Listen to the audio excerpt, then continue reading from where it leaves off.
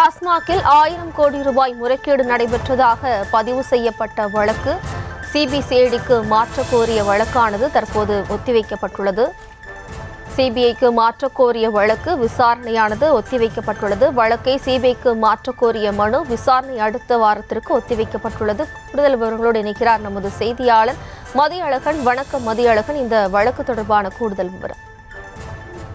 தமிழகத்தில் டாஸ்மாக் கடைகளில் மதுபானங்களை அதிக விலைக்கு விற்பனை செய்தது, பார் உரிமம் வழங்கியதில் உள்ளவற்றில் 1000 கோடி ரூபாய் அளவுக்கு முறைகேடு நடந்துள்ளதாக புகார் எழுந்தது.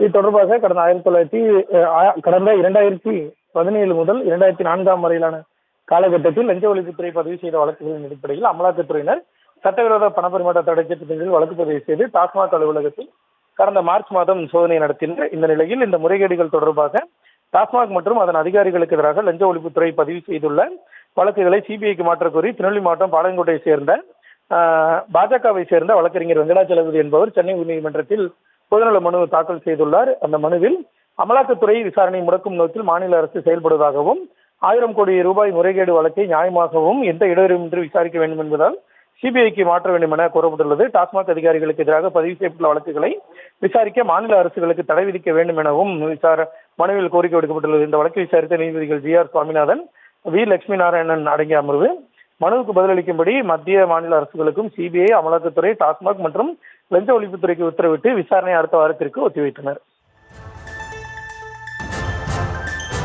விவரங்களுக்கு நன்றி மதியழகன்.